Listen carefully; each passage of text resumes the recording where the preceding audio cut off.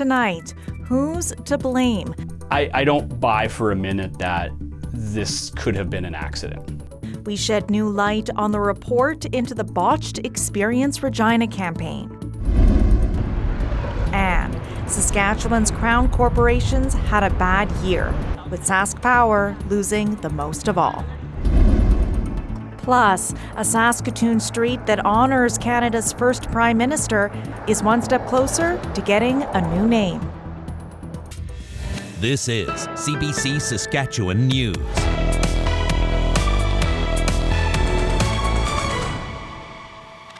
It's Tuesday, August 1st. CBC Saskatchewan News starts right now. Hello, and thank you for joining us. Our reporters have found inconsistencies in a report on the botched Experience Regina campaign. It blamed the sexualized rebranding of Regina's tourism organization on a junior staffer's last-minute decision. But as Alexander Kwan reports, there's evidence sexualized slogans were being used for months prior. The very people that should have been there providing oversight, in my view, are not at the table. This was supposed to be the end of an embarrassing saga, the moment consultant George Cuff released his $90,000 report on how Regina's tourism organization was rebranded as Experience Regina with sexualized slogans. But some say the details don't add up. I don't buy for a minute that this could have been an accident. Councillor Andrew Stevens says it's not plausible that a junior employee signed off on the slogans without the knowledge or permission of senior management. This was not just some lowly marketing grad who put together a slogan and it happened to weasel its way through a maze of oversight mechanisms. In an interview with CBC News, Cuff said he was told racy catchphrases such as "Show us your Regina" and "The city that rhymes with fun" were considered draft slogans. The website was not supposed to go live with them. There was no need to worry about is this publicly palatable or isn't it, because there was no urgency around that. They were told we've got another 2 weeks before we're going to be releasing this. But public evidence as well as documents obtained through access to information show that not to be the case. A slideshow from June of last year shows "The city that rhymes with fun" appeared in a Tourism Regina presentation. Then, in January 2023, "Show Us Your Regina" was used by Tourism Regina on social media. And the contradictions do not stop there. Cuff told media that the clothing company 22 Fresh had proceeded without authorization when it produced a hoodie with the controversial slogan. But an email from Experience Regina CEO Tim Reid to the Real board says the hoodie was approved by our tourism team as part of the partnership. Cuff told CBC that he did not receive that email from Reid and that he'd get back to us, but he never did. Experts say that Cuff's 114-page report doesn't have all the answers. It left a lot of questions for me about, how did this happen? How would you prevent it from happening again? And what might you do internally to see some of those major changes that might be required? CBC tried to clarify those inconsistencies. Tim Reid and Real board chair Wayne Morski declined interview requests. Alexander Kwan, CBC News, Regina. Saskatchewan's crown corporations are reporting significant losses in their earnings last year. One stands out from the rest. SaskPower is reporting its worst year ever. CBC's Aishwarya Duda has the details. In total, Crown corporations are reporting net earnings of $7.4 million. That's way down from the $361 million last year. SaskPower saw the biggest hit. The electricity utility is reporting losses over $170 million in the last year, the worst ever, says Minister Don Morgan. Certainly the worst in my recollection. Yeah, it's certainly not a good year when that type of thing happens. SaskTel made about the same this year as it did last year, but Sask Energy made just $59 million, down about $100 million from last year. SGI made $24 million, down more than $50 million. Morgan says the losses are mainly due to increases in the price of commodities like natural gas. SaskPower has already hiked rates twice and has promised to hike power bills once again next year. Morgan doesn't expect any more. That's one of the reasons why we were willing to sustain a loss at SaskPower rather than pass it on. We feel one of the roles of a Crown corporation should be to cushion rate hikes, rate changes. I'm pleased that natural gas prices have dropped back to where they were prior to the changes that were there before. The NDP blasted the government for posting the reports online without any public notice. The government usually holds a news conference and a technical briefing.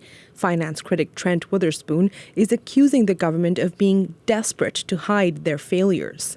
There's no reason to have hidden these reports other than the fact that this was a government that didn't want Saskatchewan people to see their failings. Morgan says the ongoing by-elections changed the government's usual approach to the Crown Corporation's reports.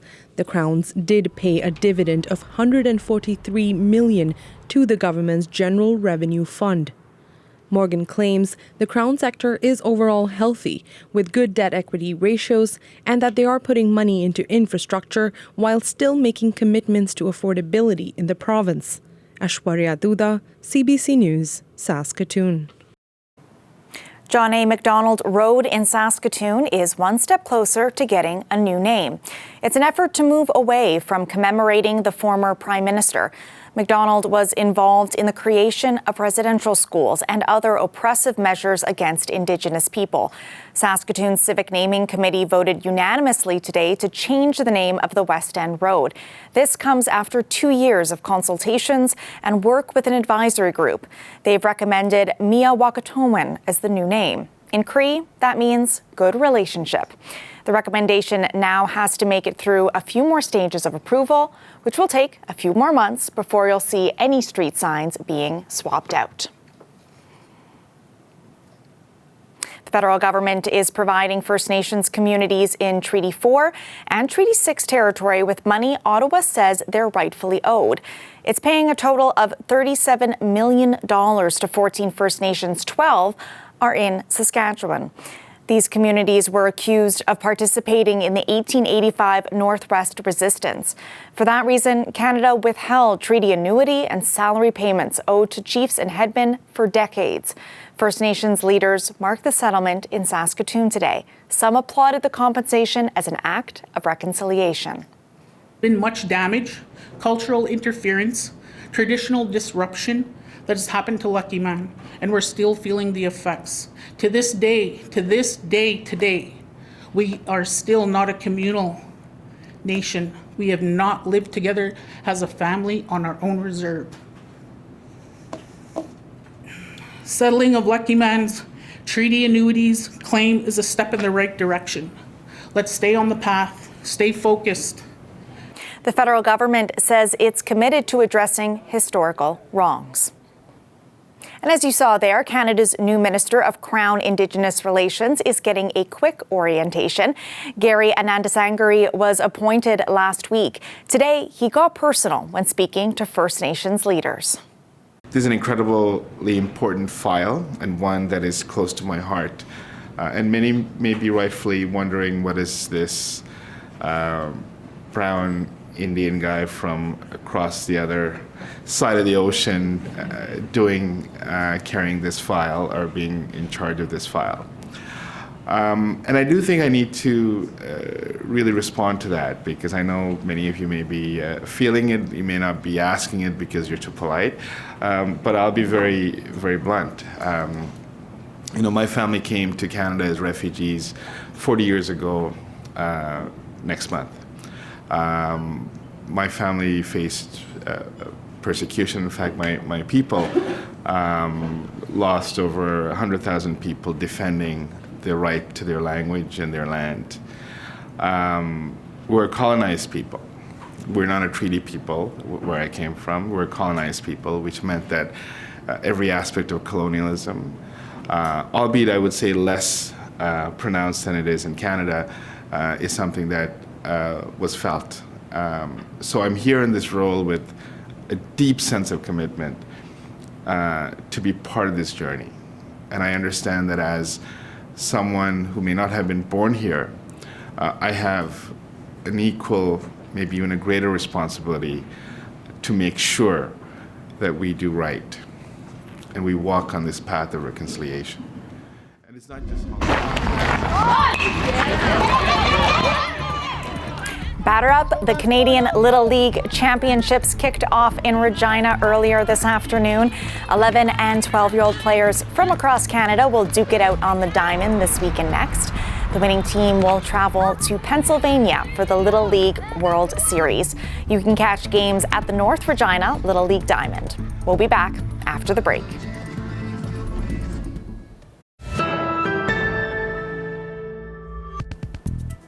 It's a reclamation project 15 years in the making. An area of shoreline and island in Ganagawage near Montreal was damaged in the 50s by dredging to create the St. Lawrence Seaway.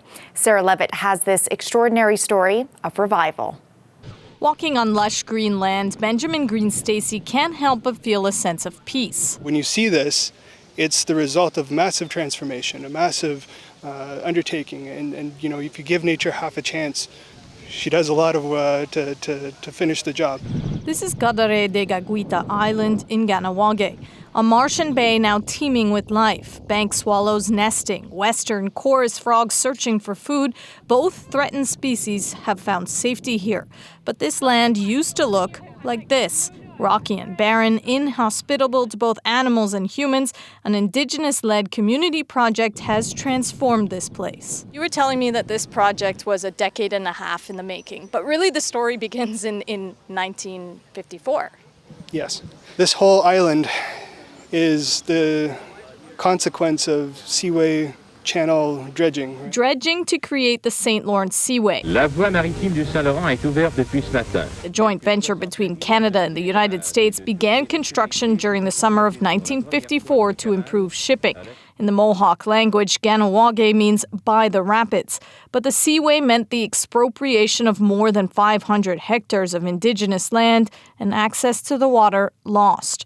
Crews dumped sludge and blasted rock from the river on the island, creating an almost barren wasteland. I think a lot of times as Ungwehunwe or the First Nations people, we've kind of been forgotten or left on the sidelines of a lot of things. It wasn't an easy road to get here, pulling up invasive aquatic weeds, pumping sediment out of the bay, and planting trees and herbs to encourage natural growth. Securing federal funding for this project was challenging. When we're talking about Indigenous-led conservation and Indigenous stewardship, we need these programs to have a degree of flexibility. This is precisely the type of outcome that we can achieve. Land now teeming with life. Green Stacy wants this project to serve as a model for other Indigenous communities. Sarah Levitt, CBC News, Ganawage. This weather update is brought to you by Crestview Chrysler Dodge Jeep Ram, proud member of the Capital Automotive Group.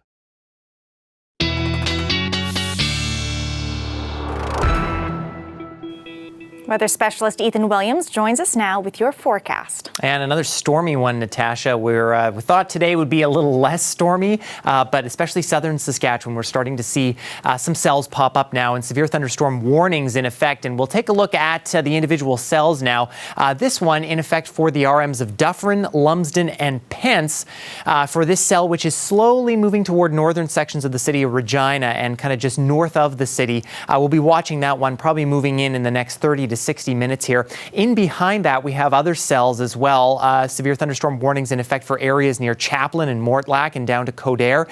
For storms moving just south of the Trans-Canada right now, moving toward Moose Jaw within the next 30 to 60 minutes there. We had a cell move through Swift Current earlier this afternoon, that one right there. A severe thunderstorm warning issued on that one, bringing some small hail and some heavy rain, strong winds. Very similar threats to what we're seeing with the storms moving through right now. And there is a severe thunderstorm watch in effect for the city of Regina, the surrounding Fort Capel, Indian Head, Lumsden area, as well as the Moose Jaw area, Swift Current, and the Cypress Hills, Shaunavon area too. To our north, air quality advisories, well, look at that, just expanded once again into the Churchill region and western sections of the far north as that forest fire smoke continues to move very quickly through here because of some breezy west winds, and that will likely continue to be the story over the next couple of days there as well. We do have one fire of concern, as noted by the Saskatchewan Public Safety Agency earlier today, the Todos fire near Fond du Lac, which caused evacuations of some groups of people last week. It is one of 6 uncontained fires in the province, and the SPSA saying that we are now on track to close to breaking a record of the number of hectares burned this year because of forest fires. We're at 1.2 million so far this season.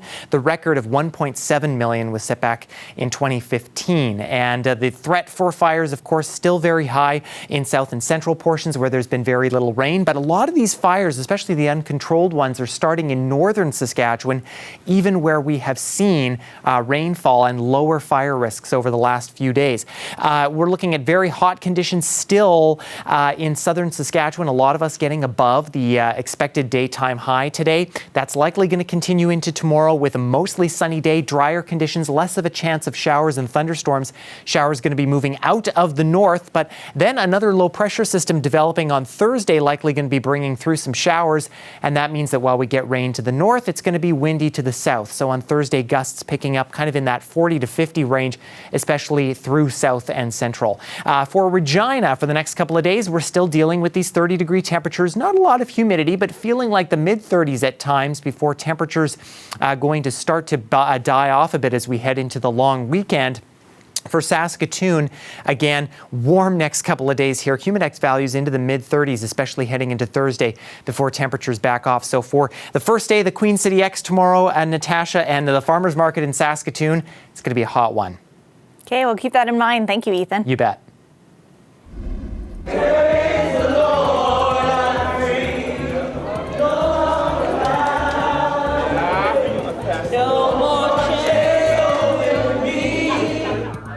Emancipation Day is being marked across Canada. Slavery was banned throughout the British Empire 189 years ago. Commemorations began late last night with the annual Underground Freedom Train ride on the Toronto subway system. Prime Minister Justin Trudeau took part this year. It's a nod to the legacy of American abolitionist and activist Harriet Tubman and the famed Underground Railroad. We'll be back after the break. When it comes to your news, you want up-to-the-minute access. Anytime, anywhere. Get the facts straight from the source. Download the free CBC News app or visit cbcnews.ca for news you can trust.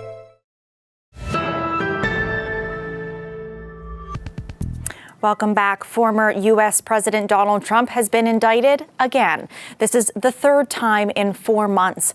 These charges are connected to efforts to overturn the 2020 election and the attack on the U.S. Capitol. The attack on our nation's capital on January 6, 2021, was an unprecedented assault on the seat of American democracy. As described in the indictment, it was fueled by lies. Lies by the defendant targeted at obstructing a bedrock function of the U.S. government, the nation's process of collecting, counting, and certifying the results of the presidential election. Trump was indicted today on 4 counts, including conspiracy to defraud the U.S. government and witness tampering. The charges stem from an investigation into allegations Trump sought to reverse his loss to Joe Biden. Officials testified that Trump pressured them based on false claims of widespread voting fraud. His supporters attacked the U.S. Capitol on January 6, 2021, in a bid to stop Congress from certifying Biden's victory. Trump is the first former U.S. president to face criminal charges. He has sought to portray the prosecutions as part of a politically motivated witch hunt. He is due in court on Thursday. The parent company of Facebook and Instagram says it's officially moving to end news access for Canadians on those platforms. Meta has been fighting with the federal government over the Online News Act. It requires the big social media companies to pay Canadian news outlets for content that is shared on their platforms. Meta has been running tests that limit news availability to Canadians, and now it's moving out of the testing phase.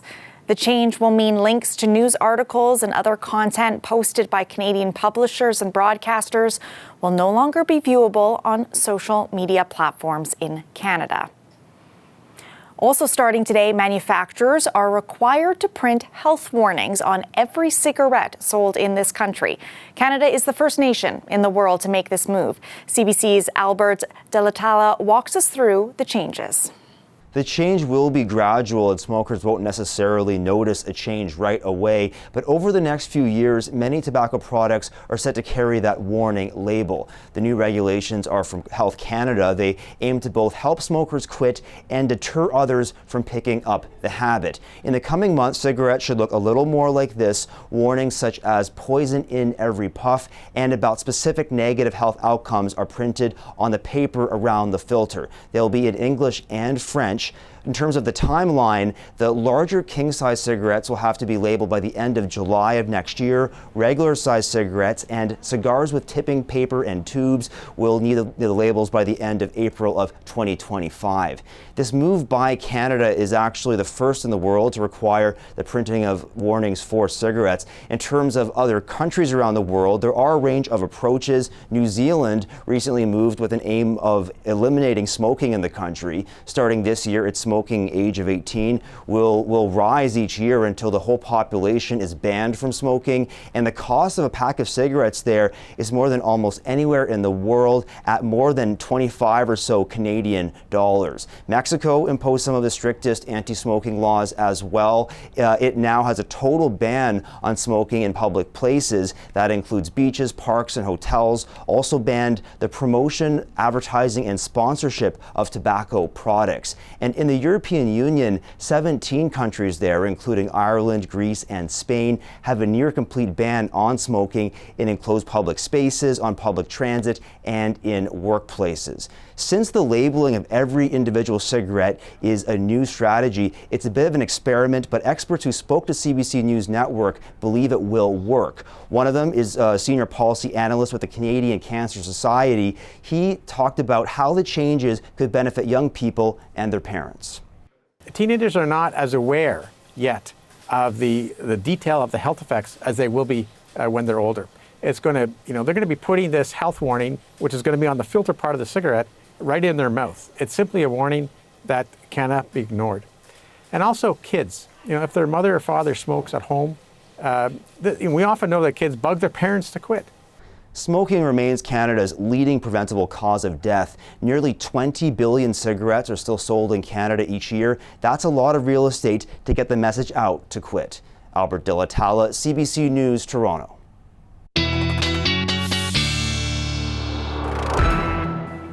Ethan is back with another look at our weather forecast. Hot and sunny through the province. Natasha looking at 21 degrees at 8 a.m. in Regina. Northeast winds around 20. Getting to the noon hour, not much humidity tomorrow, but even at 29, going to be feeling probably into the low 30s at that point. Saskatoon looking at 19 degrees tomorrow morning, and same thing getting to the afternoon all the way to 27 degrees by the noon hour. And if you are out tonight, the Sturgeon supermoon is available, visible past 8 o'clock. Of course, especially when it gets dark. One of 4 supermoons this year and one of 2 supermoons, Natasha, this month. So clear conditions through south and central. You should be able to see it. Sounds great. Thanks, Ethan. You bet. A new coin celebrates the first woman to graduate as an aeronautical engineer in Canada.